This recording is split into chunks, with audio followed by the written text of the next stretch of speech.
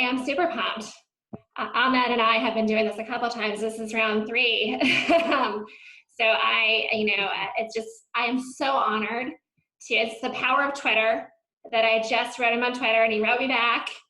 And here we are. And I am, I have to say personally that I'm so glad that we've made that connection and that you're able to take the time today when we're nearing the surge and peak in London and in Boston of COVID-19 to share your journey with us. So let's go. Yes, For those of you who don't know, I'll just say Ahmed is a psychiatrist working on the front lines in London who also has a living experience of mental illness. Thank you, Kelly. Thank you. I'm deeply honored to receive the invitation to speak to you all virtually. It's a pleasure and a privilege. So I'm not very tech savvy. Can you all hear me? Or I think Kelly can respond. Can you hear me, Kelly? I can hear you. Yeah, and can you see my slides? You just need to share your screen to show us. Share the screen. Okay, I can do this. And then I'll see our 2 faces too, and I'm going to start my video back up so you can see me. Voila. Okay. And then you can also see me. Oh, can you see me and the slides? Yeah. Just start the slideshow, and we'll get. Just start the slideshow. Perfect. So, this is. I extracted these lines from Dylan Thomas, his poem. I want to set the scene. Do not go gentle into that good night, but rage against the dying of the light. Now, Kelly, you alluded to the power of Twitter. So I'm going to tweak those words. Do not go gentle into that good night, but tweet against the dying of the lights. Now, according to the Canadian Psychiatric Association, conventional education on mental illness alone will not reduce stigmatizing attitudes and behaviors. We must pioneer innovative programs to challenge mental health related stigma. We must be disruptive. And if we truly want to break down the barriers to mental health care, we must rock the boat. Now, some of you may be disengaged. However, I need your undivided attention to deliver urgent messages about mental health. The onus is on me to galvanize you all. Samuel L. Jackson, I need your help. Here goes. The path of the righteous man is beset on all sides by the inequities of the selfish and the tyranny of evil men. Now, blessed is he who, in the name of charity and goodwill, shepherds the weak through the valley of the darkness, for he is truly his brother's keeper and the finder of lost children. And I will strike down upon thee with great vengeance and furious anger those who attempt to poison and destroy my brother. And you will know that I am the Lord when I lay my vengeance upon thee. I've got one thing to say. King Kong ain't got shit on me. Are you still disengaged, Kelly? Are you here. Are you there? Okay. Yeah, I mean, I was pretty engaged. You're pretty engaged. Okay, that's what I wanted to hear. Music to my ears. There's method in my madness. It is our contention that we can harness the colossal power of the performing arts and storytelling to engage with people, and once engaged, inspire them to deconstruct and reformulate perceptions of madness and psychiatry, not based on sensationalism and myth, but based on the facts and on evidence derived from empirical research. It's true, doctors are human too. And I'm a psychiatrist. I'm working in the front line in the Royal Bethlehem Hospital, which is part of South London and Moseley, during the COVID-19 pandemic.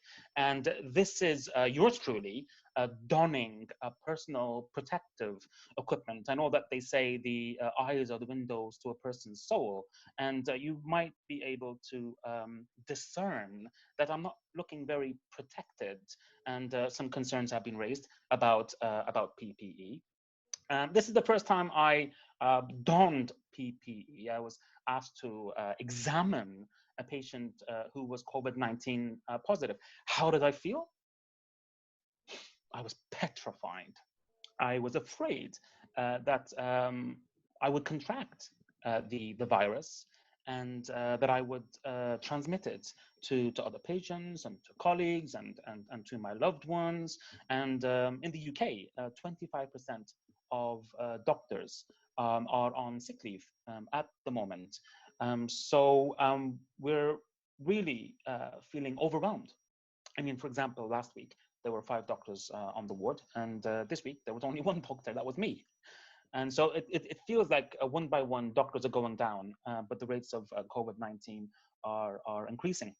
But it's not all doom and gloom, because the camaraderie that we experience with colleagues and with people who receive our care is beautiful. It really is. It's priceless. And actually, I was speaking to a good friend of mine. She is a consultant psychiatrist. Her area of expertise is psycho-oncology, Dr. Charlotte Wilson-Jones. And she's working from home at the moment. And she really, really misses the camaraderie and the kind of, the social contact with colleagues and with patients, and just exchanging a smile, for example. And these are all things that I certainly can't take for granted. Now, COVID-19 is placing a tremendous amount of stress and strain on our mental health. Now, this is, I'm going to allude to the results of a systematic review and meta-analysis published in The Lancet in 2016. And globally, the pooled prevalence of depression and depressive symptoms in doctors is approximately 29%, which is greater than the general population. And this is before COVID-19, and I think these rates are only going to rise. And we know that the physician suicide rate is 28 to 40 per 100,000. That's more than double that of the general population. So it's true. Doctors are human too. We're not invincible. And now, just to be very clear, that's 400 doctors dying by suicide in the United States every year. 400 every year. Crisis. Yes. Yes, absolutely. And as I mentioned, and thank you for sharing that statistic with us, Kelly. And as I mentioned, these kind of numbers are before the COVID-19 pandemic. So I mean, my hypothesis is that sadly that it's only going to increase. Now, a recent survey conducted in over 2,100 female physicians who met the diagnostic criteria for a common mental disorder revealed that 50% were reluctant to seek professional help because of fear of exposure to stigmatization. 50%, that is outrageous. So Irving Goffman defines stigma as a deeply discrediting attribute that reduces the bearer from a whole unusual person to a tainted and discounted one. The individual is thus disqualified from full social acceptance. Now, stigma and a culture of shame are formidable barriers to mental health care, and consequently, many people with mental health difficulties continue to suffer in silence despite the availability of effective treatment. And I must repeat that. Repetition is emphasis. Many people with mental health difficulties continue to suffer in silence despite the availability of effective treatment. And that is why I'm outraged. That's why I'm indignant. That's why there's a fire burning in my belly and thunder in my heart. This is Dr. Daksha Emson. She was a brilliant psychiatrist with bipolar affective disorder, and she tragically killed herself and her 3-month-old baby daughter, Freya, during a psychotic episode. She doused her baby with kerosene and set her alight. An independent inquiry into Dr. Daksha Emson's death revealed that she was the victim of stigma in the National Health Service. Mental health-related stigma is rampant in the NHS. And if there's only one take-home message, let it be this one. That stigma is killing people. Stigma is killing people. So we have to reduce stigma. We have to collectively reduce stigma and address this aspect of mental health with the urgency that it demands. Now, Patrick Corrigan in Chicago conducted a systematic review and meta-analysis on challenging the public stigma of mental illness. And he revealed that the most effective way of reducing mental health stigma is when you make social contact with somebody who has lived a living experience. In other words, it's the experts by experience who have the power to reduce mental health related stigma and must be operating at the vanguard of any anti-stigma campaign. Here is Prince Harry, and he was interviewed by Briony Gordon in The Telegraph, and he was honest and open about his lived and living experience of mental health difficulties. And mental health charities report there was a surge in the number of people who contacted their helpline. The mental health charity Mind, for example, said that there was a 38% increase. So we know that by being honest and open, by sharing your lived and living experience, that it can reduce public stigma. And it can also reduce self-stigma, because I personally find it very, not only therapeutic, but indeed cathartic and empowering. And here we have Carl Jung. He used the term the wounded healer as an archetypal dynamic to describe a phenomenon that may take place in the relationship between analyst and analysand. Jung discovered the wounded healer archetype in relation to himself. For Jung, it is your own hurt that gives you your measure of your power to heal. Now, this is an autobiographical narrative from a doctor who has lived and living experience of mental illness. I'm going to quote her verbatim, Dr. Claire Polkinghorne. This is from her exposition, Doctors Go Mad Too. And she said, as a psychiatrist, that I had hoped that I was pretty good at empathizing with my patients. However, the last 9 months of my life have taught me more about mental illness than years of ward rounds, home visits, or reading the psychiatric literature. She was diagnosed with major depressive disorder, detained under the Mental Health Act, and spent 6 weeks on a psychiatric ward. And if you read the autobiographical narratives of doctors who have lived the living experience of mental health difficulties, a recurrent theme is that they have become more insightful, they have become more driven, and they have become more empathetic.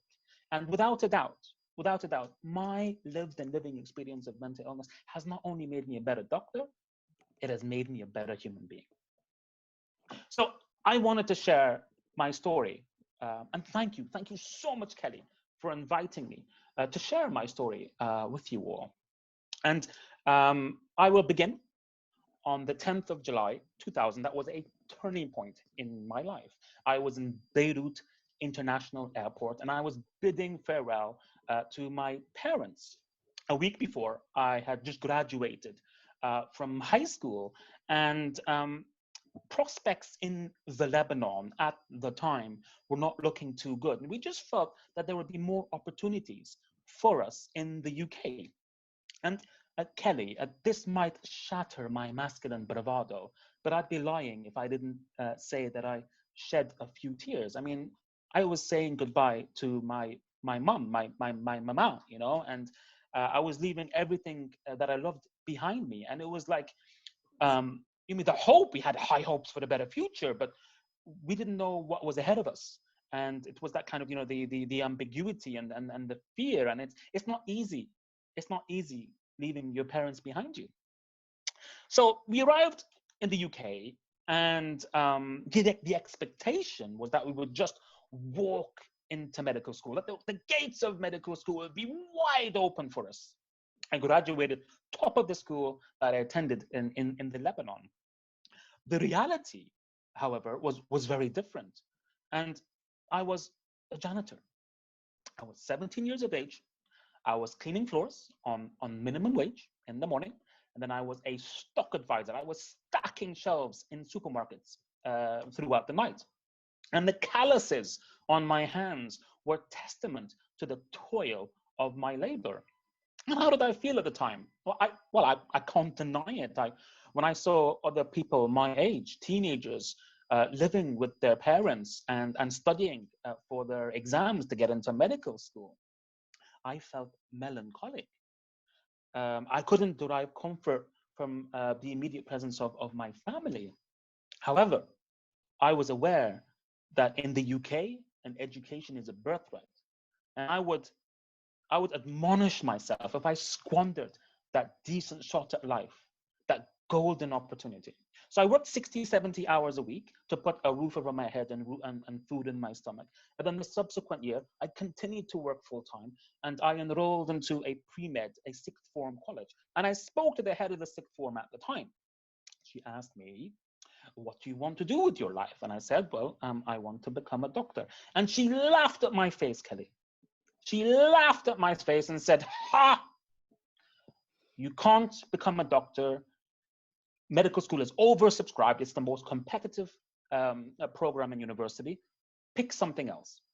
And this head of the sixth form had this ability, really, to try to kind of diminish my resolve and lower my determination. And we would be walking in opposite directions in the corridor, for example. And her pride was so palpable that I would lower my gaze.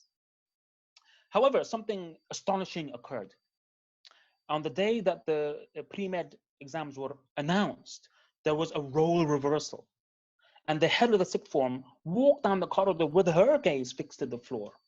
And it was, I discovered that despite being in full-time employment, which is not easy, Kelly, having to work full-time, which the constant fear that getting the grades to secure an entrance, you have to get straight A's. I mean, that is difficult enough by itself.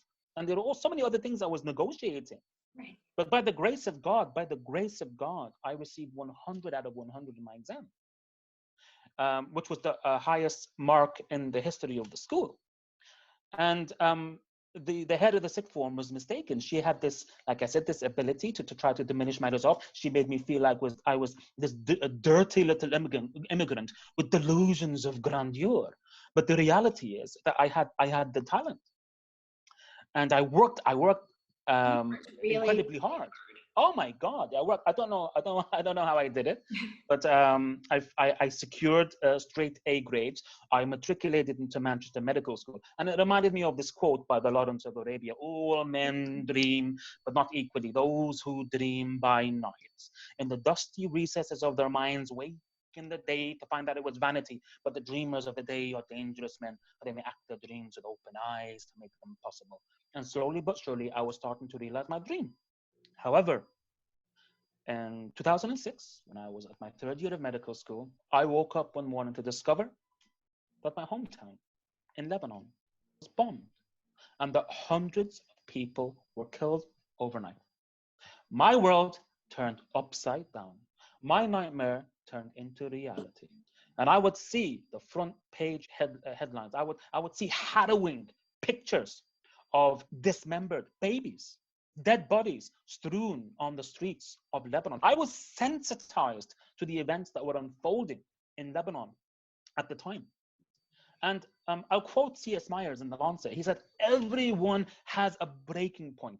Weak or strong, cowardly or courageous, war frightens everyone witless." And in the immortal oratory of the villain in the film, The Dark Knight, insanity is much like gravity. All it takes is a little push. How about a full-blown war? And I experienced a debilitating episode of psychological distress. However, the symptoms were devastating, but the stigma attached to the mental illness was far worse. I was ostracized. I was shunned and stigmatized and dehumanized by people who I thought were my closest companions. I'm so sorry. Oh, bless you, bless you. I mean, I look back and I don't know how I managed to emerge from that seemingly bottomless abyss. And in extremis, I mean, what happened was I was forced to interrupt my studies. My only source of income was from the student loans company. I was rendered impoverished and I was hopeless and I contemplated suicide. However, my faith, I'm a practicing Muslim. In Islam, suicide is forbidden, and it was a protective factor for me. I resisted the urge to act upon those impulses. But I will never, ever forget those dark days. I mean, I was down and out, and no one wanted to know me. Now, my phone won't stop ringing, thank God. But those memories of those dark days continue to shape my values and my worldview. Well, you feel that in the strength of your voice today. Oh, it was plenty more of that where it came from, Kelly. but thank you. No, I mean, yeah, definitely. So often it's these experiences that's the heart of it. Yes. It's what drives me, really. I mean, I was disempowered for so long.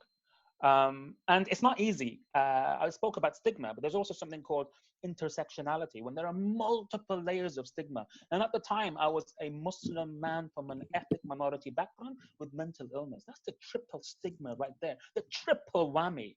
And I mean, it's not easy at all. And I'm tongue-tied at the moment. The kind of, when the memories, they start to resurface, I don't know how I managed to emerge, by the grace of God. But I mean, slowly, but surely, I made a gradual recovery. And it wasn't a surgeon, Kelly. It wasn't a surgeon who saved my life, who rescued me from the depths of my own despair. It was a psychiatrist. It was a psychiatrist. And that's every what inspired once in a me while to choose every once in a while. Absolutely. Absolutely. I mean, don't get me wrong. Some of the cruelest people I've ever met are psychiatrists, but some of the most compassionate people I've ever met are psychiatrists. And so seeking help, Kelly, seeking help is a sign of strength. And it's not a sign of weakness. And having mental illness is nothing to be ashamed about. And recovery is a reality for the many and not for the few. And so I convalesced in 2010, and I've been in full remission ever since. And these life experiences have made me realize how fortunate I am. I went to a refugee camp in Lebanon. 1 in 3 people in Lebanon are Syrian at the moment. We have a revolution across the border. I met children, and their parents were killed in an explosion. And yet, despite, they were rendered orphans, and despite their tragedy, they had these broad smiles adorning their innocent faces. And that really puts into perspective for me. They are my heroes. However, another take-home message, Kelly, is never, ever, ever say to someone, you shouldn't be upset because other people have it worse. That's like saying to someone, you shouldn't be happy because other people have it better. Never, ever invalidate somebody's suffering. We must dignify and empower people with lived and living experience of mental health difficulties. And the best way to do that, most often, is to remain silent and to listen to what they have to say. There's a fire burning in my belly. Sorry, Kelly, you were saying something. No, go. Absolutely. So there's a fire burning in my belly, Kelly, and there's a thunder in my heart, and I feel it's incumbent upon me to embrace my vulnerability and to be honest and open about my mental health difficulties so that we can contribute to this cultural revolution, which is gaining global momentum. I just quoted a hero of mine, Dr. Adam Hill. He is the author of a paper in the New England Journal of Medicine. Highly recommend you follow him on Twitter. He's got a book as well that just came out. So we pioneered the Wounded Healer, which is an innovative method of teaching that blends the performing arts with psychiatry. And the argument we make is, how can you educate an audience if you can't engage them? And Kelly, if Ezekiel 25:17 from Pulp Fiction, from Samuel L. Jackson and Pulp Fiction doesn't galvanize audiences, I don't know what will. We have delivered the Wounded Healer to over 75,000 people in 19 countries and 5 continents worldwide. And here is the Wounded Healer global footprint. I know, Kelly, I know that the world can be a dark and lonely place for people experiencing psychological distress in any of its many forms, but please, please, please don't give up hope. Effective treatment is available. Recovery is a reality for the many and not for the few.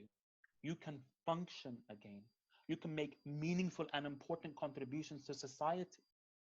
The most important thing is that you can be happy again, and you can realize your dreams.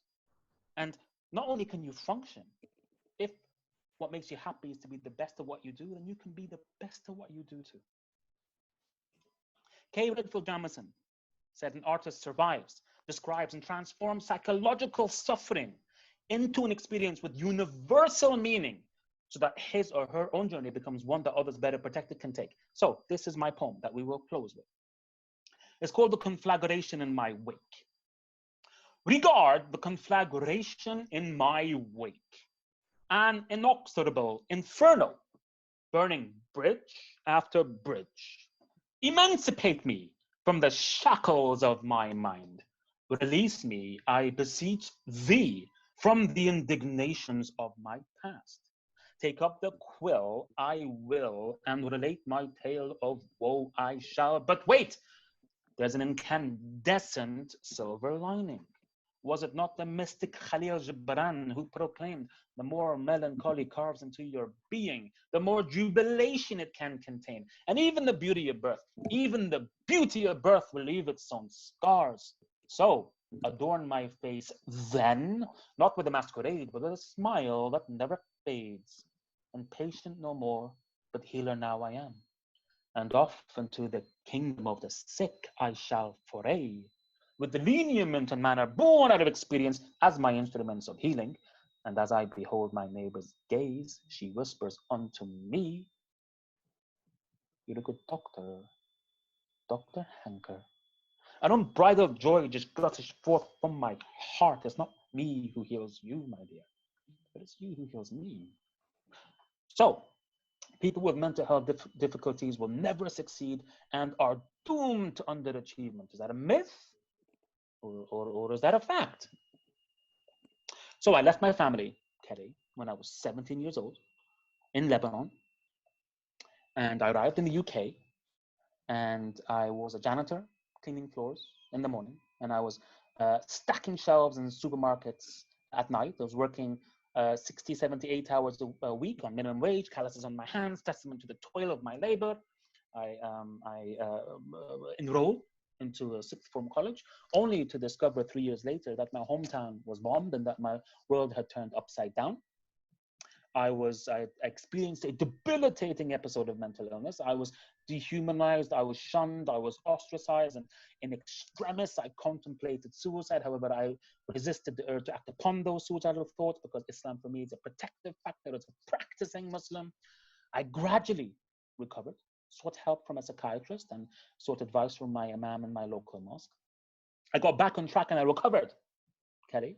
And by the grace of God, in 2013, I received the Royal College of Psychiatrists Foundation Doctor of the Year Award, which marks the highest level of achievement in psychiatry in the UK. Now, there are still some stigmatizers out there, Kelly. Plenty of stigmatizers out there. And they were like, oh, he's like a one-hit wonder, and he was lucky. So I thought, I'll do it again. And I got the Royal College of Psychiatrists Core Trainee of the Year, which I said marks the highest level of achievement in psychiatry in the UK. And the point I'm making, Kelly, the point I'm making is, if I can recover from mental illness and realize my dreams, other people out there who have mental health difficulties and can recover and they can realize theirs. Thank you very much.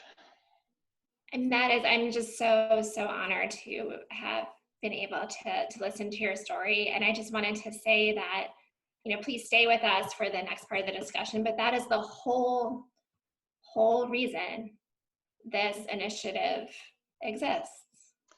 It's to create a forum for all of us to feel connected in that way and honor the fact that everyone deserves treatment and can get better, and that you deserve the right to care, and all of those things that are so inspiring and important for all of us here.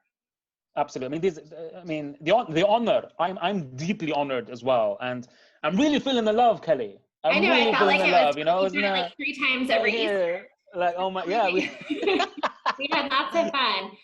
But I think beyond fun, what I wanted to say, that I think you said that was critically important. Of course, so many important things. But one of the things you said is that, it's not just that you recovered and you got through it.